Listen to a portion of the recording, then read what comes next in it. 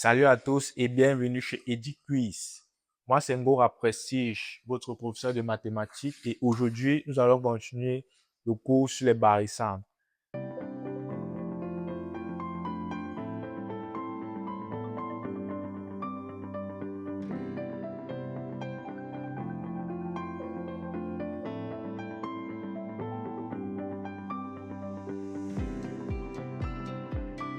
Dans la vidéo précédente, nous avons vu les barycentres de deux points pondérés.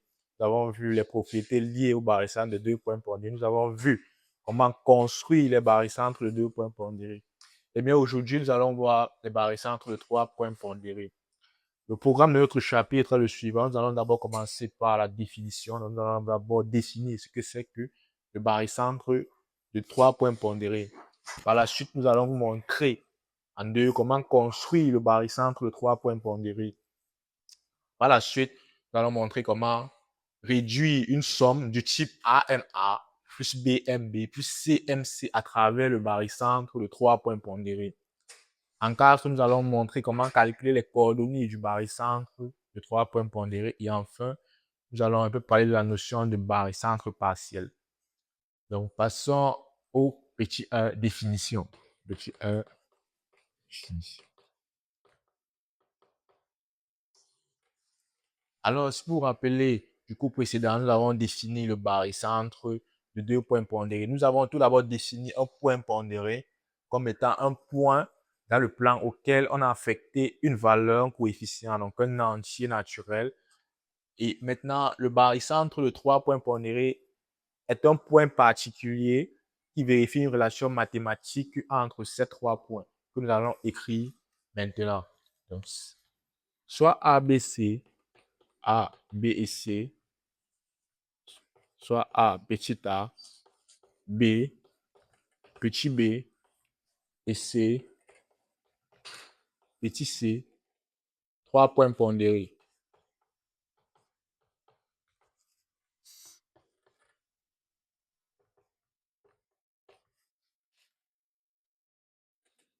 G est barycentre.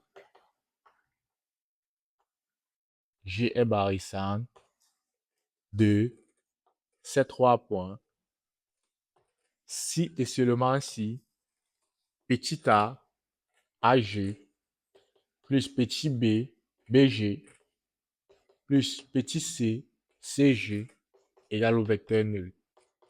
Vous vous rappelez de la définition du barycentre de deux points pondérés qu'on a vu dans la vidéo précédente. On avait petit a, AG plus petit b, BG, égale au vecteur nul. Parce que là, on n'avait que deux points, le point A et le point B. Ici, nous avons trois points. On a le point A, le point B et le point C. Donc, la définition reste la même. Petit a, AG plus petit b, BG plus petit c, CG égale au vecteur nul. C'est cette relation, cette équation mathématique qui traduit le fait que G est le barycentre des points A, B et C. Nous pouvons également l'écrire d'une autre manière. Donc, ici, nous avons commencé par A, par B et par C. Nous pouvons l'écrire en commençant par J de tous les côtés. Donc, on aura cette relation équivalente à dire qu'on a A, GA, plus B, GB, plus C, GC, égale au vecteur nul. Donc, A, GA, plus B, BG, plus C, GC, CG égale au vecteur nul. Et qui est équivalent à dire que A, GA, plus B, GB, plus C, GC égale au vecteur nul. Donc, vous voyez là que là, j'ai tout simplement inversé la position du point G dans cette équation-ci. Donc, ça, c'est la relation mathématique qui traduit le fait que G est barycentre de ces trois points pondérés AA, B, petit b et C, petit c. Passons maintenant en deux, le point 2 qui est la construction du barycentre de trois points pondérés. Donc, nous pouvons voir comment construire le barycentre de trois points pondérés. Donc, on va supposer qu'on a trois points pondérés, grand A, petit a, grand B, petit b et grand C, petit c. Et on va montrer comment construire le barycentre de ces trois points. 2. Construction du barycentre.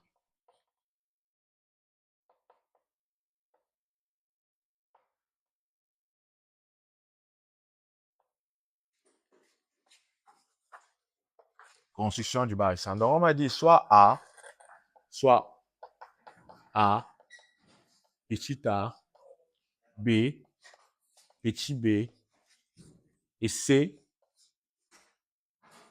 petit c,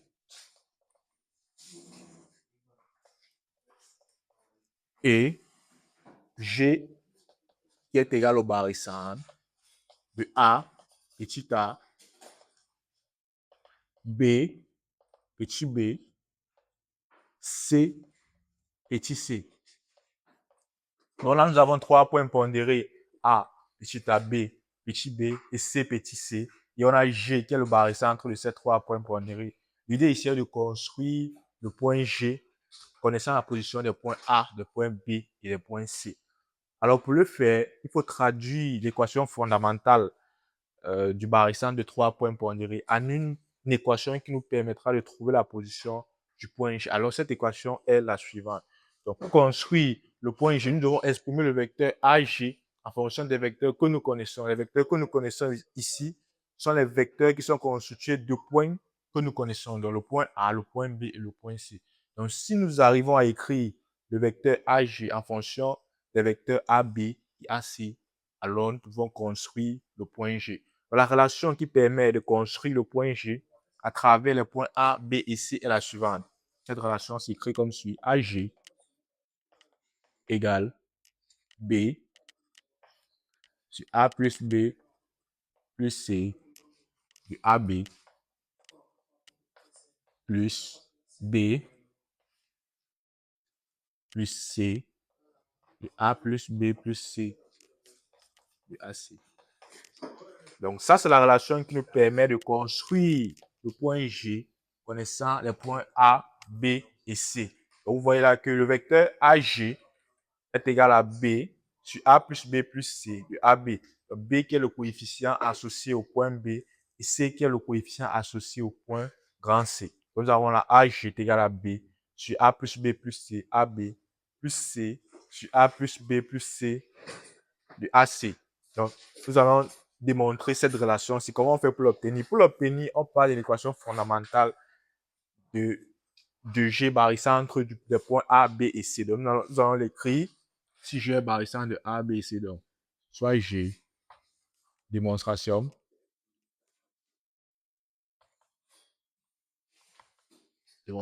soit G égale à barycentre de A, petit a, B, petit b et de C, petit c. Si G est barycentre de ces trois points, alors nous pouvons écrire cette relation fondamentale du barycentre de trois points A, AG, plus petit b, BG, plus petit c, CG égale au vecteur nul. Nous pouvons également l'écrire sous cette forme où G est au début de A, GA, plus B, GB, plus C, CG égale au vecteur nul. Pour faire prendre la première expression, donc on va la prendre. Soit G barycentre de A, B et C. Alors, on a l'expression A, AG, plus B, BG, plus C, CG, c'est le vecteur nul. Si nous avons cette expression-ci, alors on se demande comment est-ce que nous pouvons obtenir cette expression-ci. Alors pour pouvoir l'obtenir, on constate bien que dans cette expression-ci, nous avons ici le vecteur AB et le vecteur AC. Et le vecteur AG. Le vecteur AG ici est déjà sorti dans cette expression, donc nous n'avons plus à le toucher. Maintenant, le vecteur, nous allons nous demander comment est-ce que nous pouvons obtenir le vecteur AB et le vecteur AC dans cette expression-ci. Comment est-ce que le vecteur AB et le point et le vecteur AC peuvent sortir dans cette expression-là. Alors, nous voyons que pour cela, nous devons introduire le point A ici. Nous devons introduire le point G ici. Et nous devons introduire le point ici.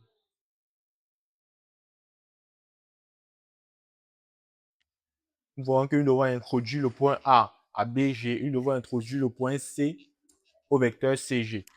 Donc, nous le faisons. A, AG plus B, BG plus C, CG égale le vecteur nul. Ça équivaut à dire que A, AG plus B, facteur de B, A, plus AG,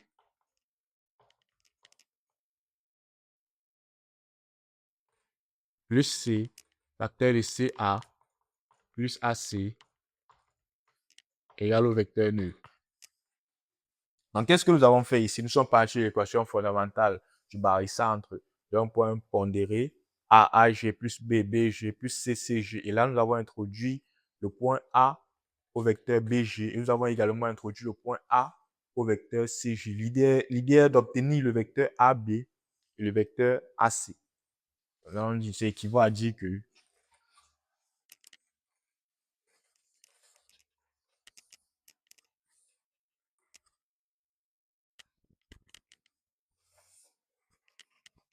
ceci est équivalent à dire que A, AG, plus, donc ici là j'ai B, facteur de BA plus AG, donc je vais juste faire un développement B multiplié par BA plus B multiplié par AG. Ensuite ici j'ai C multiplié par le vecteur CA et AC, donc je vais faire C multiplié par CA et C multiplié par AC.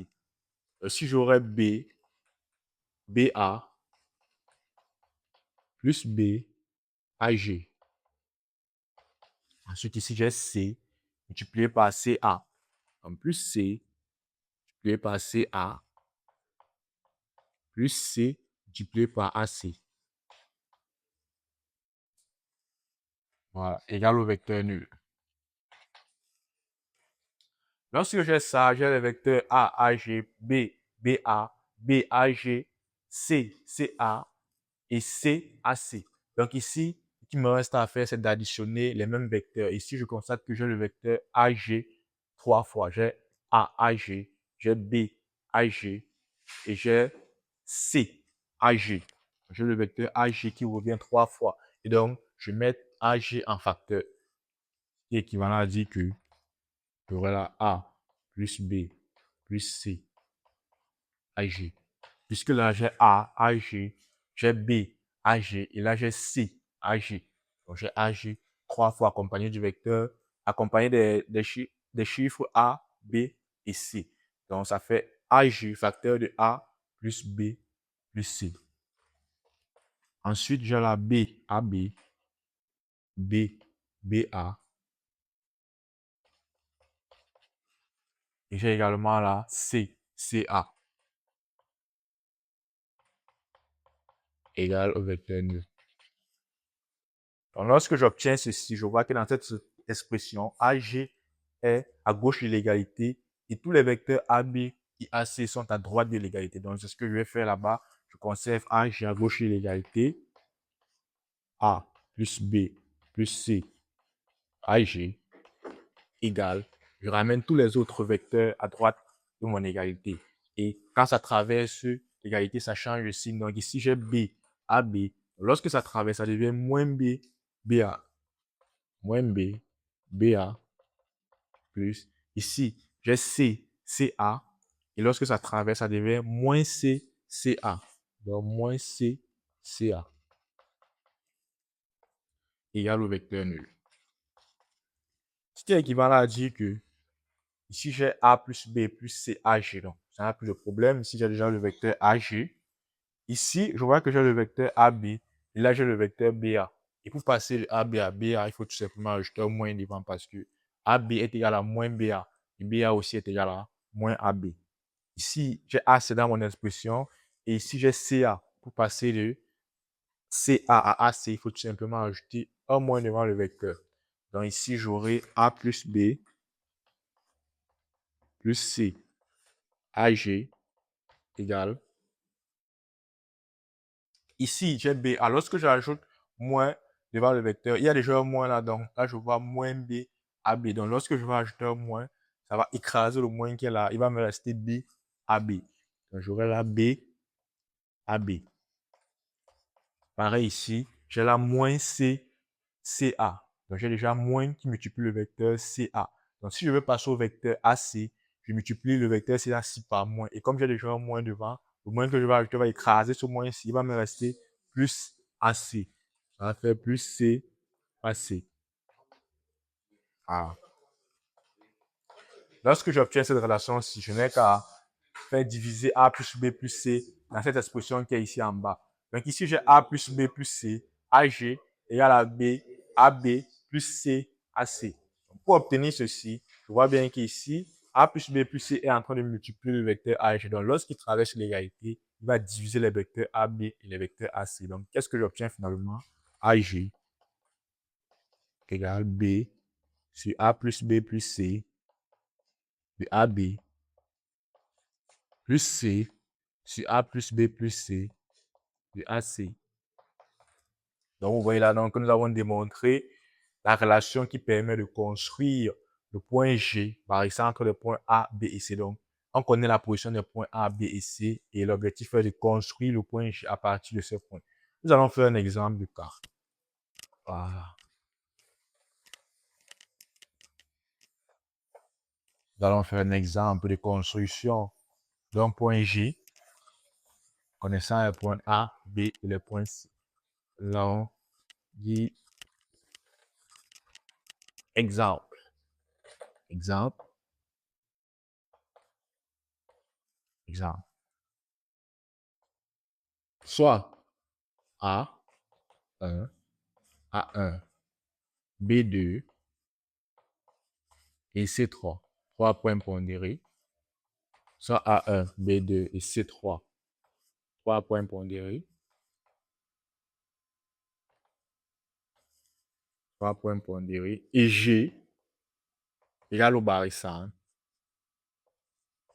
de A1, B2 et C3. L'objectif ici est de construire le point G connaissant le point A, B et C. Construisons G. Construisons G. Construisons G. Pour construire le point G, nous devons d'abord écrire cette relation-ci qui nous permet de connaître comment sera le vecteur AG en fonction du vecteur AB et des vecteurs AC. Et lorsque nous allons connaître avoir cette relation-ci, après nous allons juste faire une addition de ces deux vecteurs. Donc, nous avons le vecteur B sur A plus B plus C AB. Nous allons construire ce vecteur. Ensuite, nous allons construire cet autre vecteur et nous allons faire la somme de ces deux vecteurs. Donc, pour écrire cette relation, si nous appliquons directement, non. Lorsque vous aurez un exercice et qu'il vous sera demandé de construire le point G à travers les points A, B, C, vous n'aurez plus à passer par démontrer toute cette relation. Vous pouvez tout simplement écrire cette relation-ci, B sur A plus B plus C, AB plus C sur A plus B plus C, AC. Je vais l'écrire AG. AG égale, on remplace tout le monde par sa valeur. Qui est B? B, c'est le coefficient associé au point grand B. Je vois ici que le point grand B, le coefficient qui est associé est 2. Voici B est égal à 2. Sur A plus B plus C. Donc là, j'ai A, là, j'ai B et là, j'ai C. Donc ça me fait 1 plus 2 plus 3 AB. Ensuite, là, j'ai C sur A plus B plus C, AC. Je regarde dans mon expression. Où est le point C? Quel est le coefficient C? Le coefficient C est le coefficient associé au point grand C. Ici, qui est 3. Ça va faire 3 sur A plus B plus C. A plus B plus C, qui est 1 plus 2 plus 3. Donc, les différents coefficients associés au point grand A, grand B et grand C. Maintenant, j'aurai 1 plus 2 plus 3 du vecteur AC. C'est encore égal à 2. 1 plus 2 plus 3, ça fait 1 plus 2, ça fait 3. Plus 3, ça fait 6. Donc là, j'ai 2 sixième de AB plus 3 sixième de AC. Ce qui est encore égal à 2 sixièmes. Si je réduis au même dénominateur, ça va faire 1 tiers. Là, je divise par 2. Là, je divise par 2. Ça fait 1 tiers de AB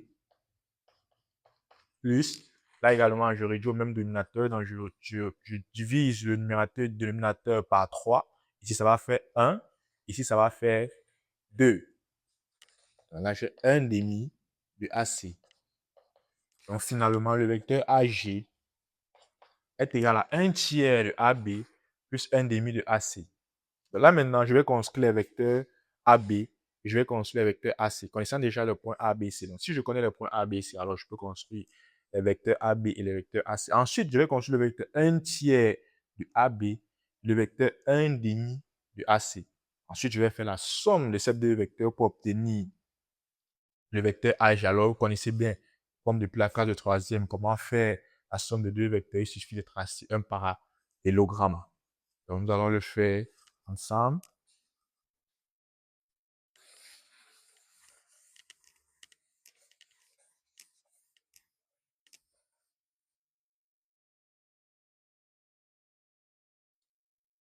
Donc ici, j'ai AG égale à 1 tiers de AB plus 1 demi de AC. Je vais encore l'écrire là. AG égale à 1 tiers de AB plus 1 demi de AC.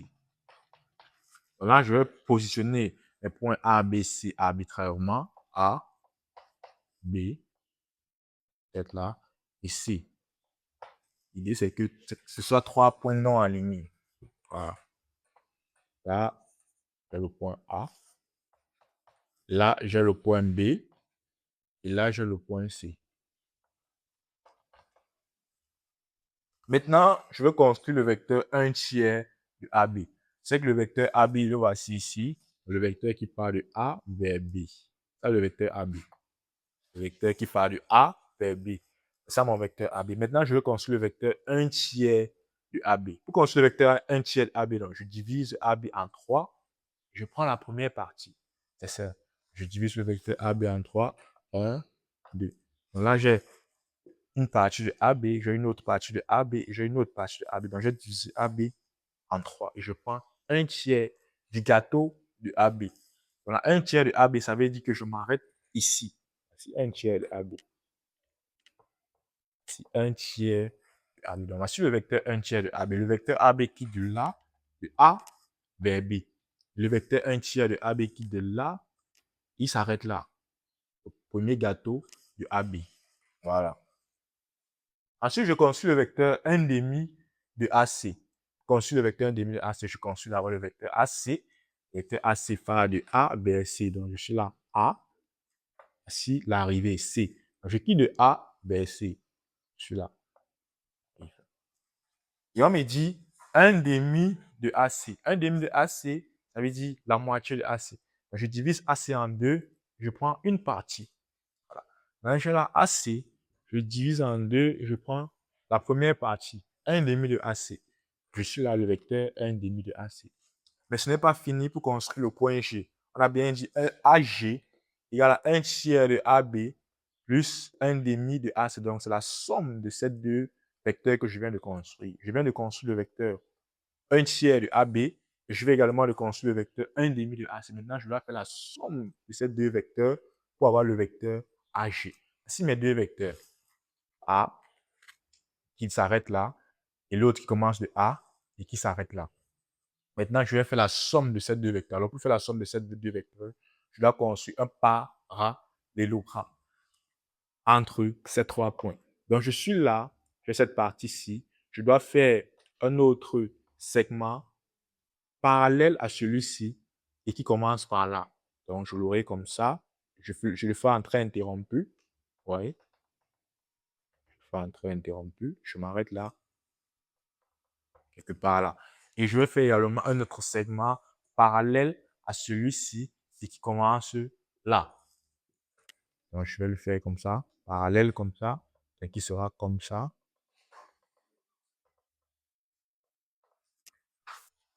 Vous voyez donc où ça s'arrête. Ensuite, la somme, je vais commencer du point A, puisqu'on m'a dit le vecteur AG. Le vecteur AG va commencer là, il va s'arrêter ici. Le vecteur A va commencer là, et il va s'arrêter ici. Donc, ça, c'est le point G. Ça, c'est la relation qui nous permet de construire le point G connaissant les vecteurs A, B et les vecteurs AC. Voilà. Par la suite, nous avons déjà vu comment construire. Nous avons déjà dessiné le barycentre de 3 points pondérés. Nous avons déjà construit le barycentre de 3 points pondérés. Ce que nous venons de faire. Nous allons maintenant voir comment réduire une somme du type ANA plus BMB plus CMC. Donc ça, c'est la première application du barycentre de 3 points pondérés. Utiliser le barycentre de 3 points pondérés pour réduire une somme de type ANA plus BMB plus CMC. Nous allons le voir ensemble. Donc, on va venir là.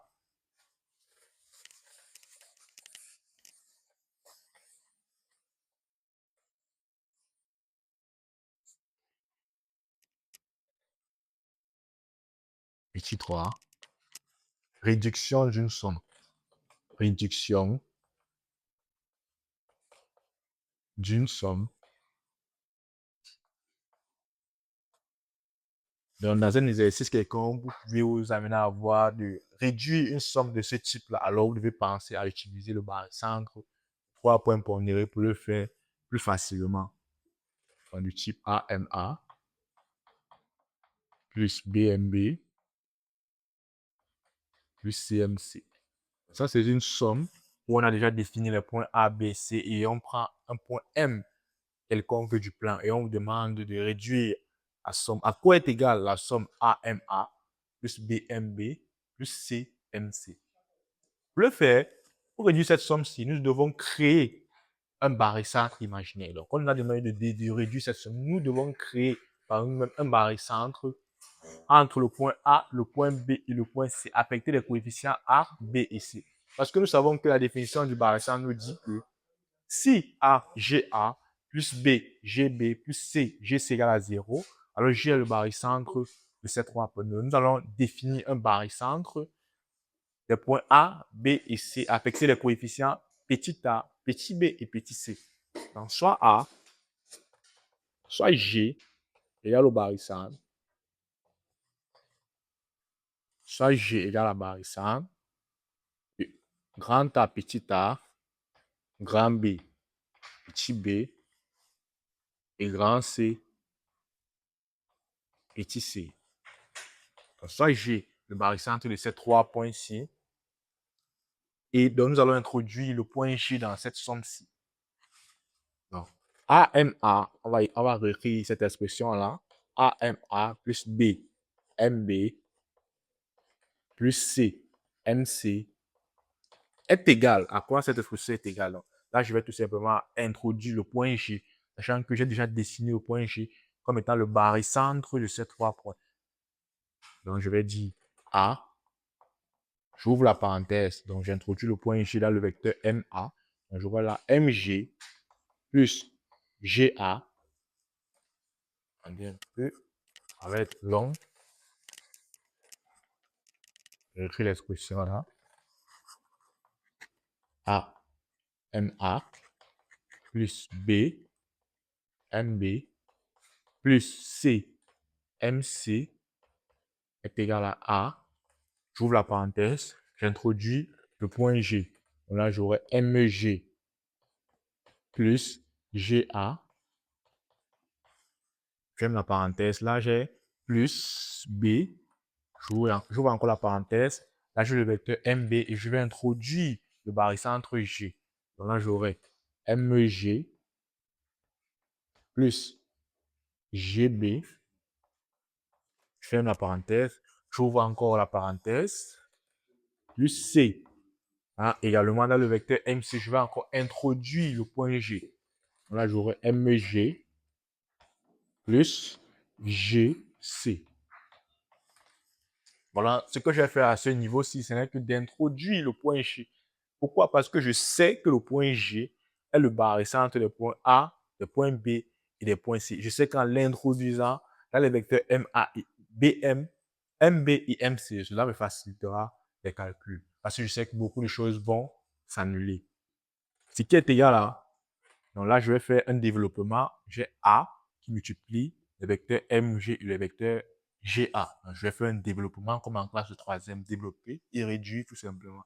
Donc là, j'aurai A, MG plus A multiplie le vecteur MG plus A qui multiplie le vecteur GA. Donc plus A, GA. Là, également, j'ai B qui va multiplier le vecteur MG. Donc là, j'aurai plus B, MG. Là, il y a encore, j'ai B qui multiplie le vecteur GB. Donc, j'aurai là plus B, GB, plus C multiplié par MG, plus C multiplié par MG, plus C multiplié par GC, plus C multiplié par GC. Donc voilà ce que j'obtiens. Maintenant, je me rappelle que d'après la définition du barycentre, si j'ai un barycentre de A, B et C, alors A, GA, plus B, GB, plus C, GC égale au vecteur nul. Donc, si j'arrive à ramener A, GA, B, GB, plus C, GC, alors je sais que cette somme-là donne le vecteur nul d'après la définition fondamentale du barycentre de 3 points. Parce que j'ai déjà défini ici que G est effectivement le barycentre de ces 3 points pondérés. Donc, je vois bien qu'ici, j'ai A, GA, j'ai B, GB et j'ai C, GC. Alors, si je somme tous ces vecteurs-là, je sais que ça va me donner le vecteur nul. Donc, c'est ça que je vais utiliser. Donc, je les ramène d'abord ensemble. Donc, j'écris là A, GA, A, GA, plus B, GB, plus C, GC. Je sais que la somme de ces trois vecteurs va me donner le vecteur nul parce que le point G est barycentre de A, B et C. Nous l'avons déjà vu dans la définition du barycentre de trois points pondérés. Donc, j'ajoute les vecteurs restants. J'ai le vecteur AMG qui reste, plus AMG. J'ai le vecteur BMG qui reste, plus BMG.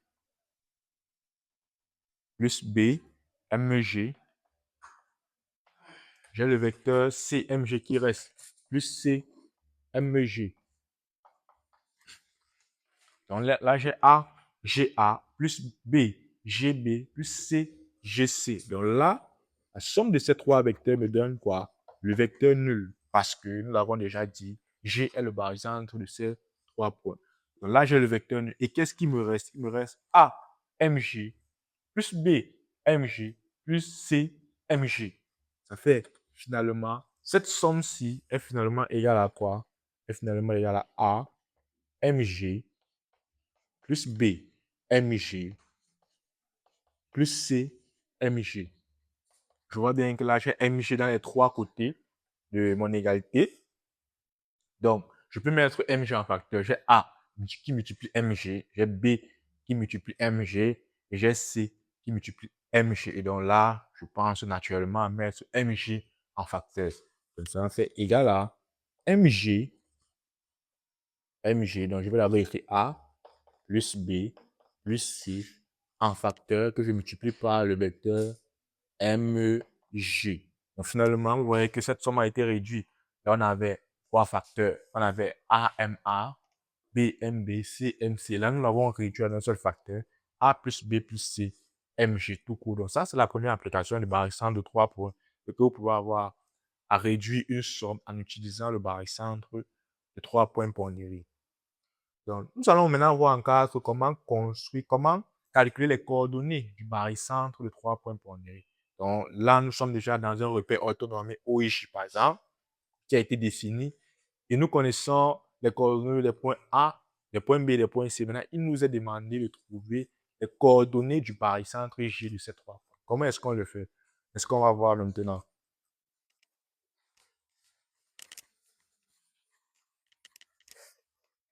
Avec la coordonnée, coordonnée de G. Coordonnées du G.